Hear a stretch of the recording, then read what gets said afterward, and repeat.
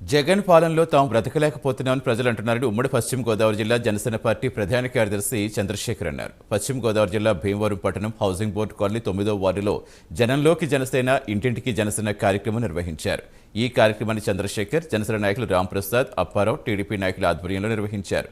ఇంటింటికి వెళ్లి జనసేన టీడీపీ ఉమ్మడి మేనిఫెస్టో, సూపర్ 6 పథకాలు, పార్టీ సిద్ధాంతాలు ప్రజలకు వివరించి కరపత్రాలు పంచిపెట్టారు. 2024లో జగన్కు డిపాజిట్లు రాని పరిస్థితి స్పష్టంగా కనిపిస్తోందని తెలిపారు.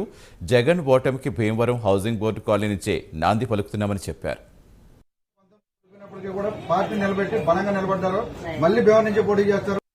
ఖచ్చితంగా మెజార్టీ గెలిపించాలి పవన్ కళ్యాణ్ గారిని. మరి ప్రసాద్ అక్కడ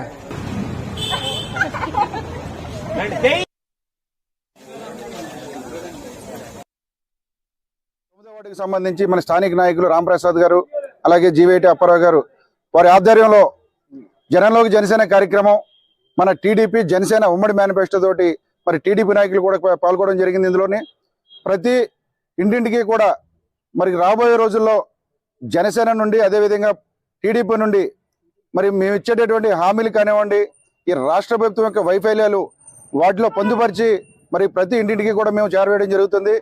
ఎందుకంటే ఈ యొక్క రాక్షస ప్రభుత్వంలో మరి ఈ యొక్క పిచ్చి తొగ్గులక పాలనలో మేము వేగలేకపోతా ఉన్నాం.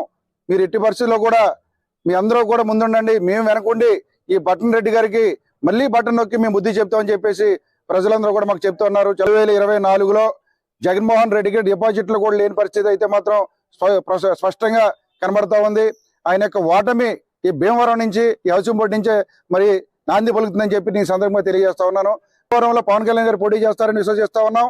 ఆయన కోసం పూర్తి స్థాయిలో మేము కష్టపడదాం. ఎట్టి పరిస్థితుల్లో కూడా ఒక్క ఓటు కూడా బీరిపోకుండా ప్రతి ఓటుని కూడా ఒడిసిపట్టుకొని ఆయనకి రాష్ట్రంలో ఎక్కడో లేని విధంగా భీమవరంలో, అది కూడా టౌన్లో అత్యధిక మేరటి ఇచ్చే విధంగా మేము ప్రణాళికలు రచించాం.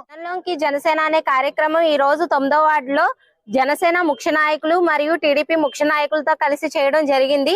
ఈ ప్రచారంలో ఇక్కడ ప్రజలందరూ ఒకటే చెప్తున్నారు, 2024 పవన్ కళ్యాణ్ గారు భారీ మెజార్టీ అంటే ఆంధ్ర రాష్ట్రం మొత్తం కూడా మారుమ్రోగే విధంగా భీమవరం నుంచి అసెంబ్లీకి పంపిస్తామని ప్రజల నోట్ల నుంచి వస్తున్నాయి.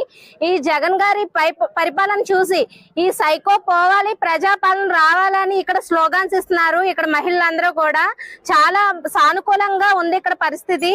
అందుకని జగన్మోహన్ రెడ్డి గారు 2024లో ఆయన్ని బటన్ నొక్కి వెనక్కి పంపించడం జరుగుతుంది.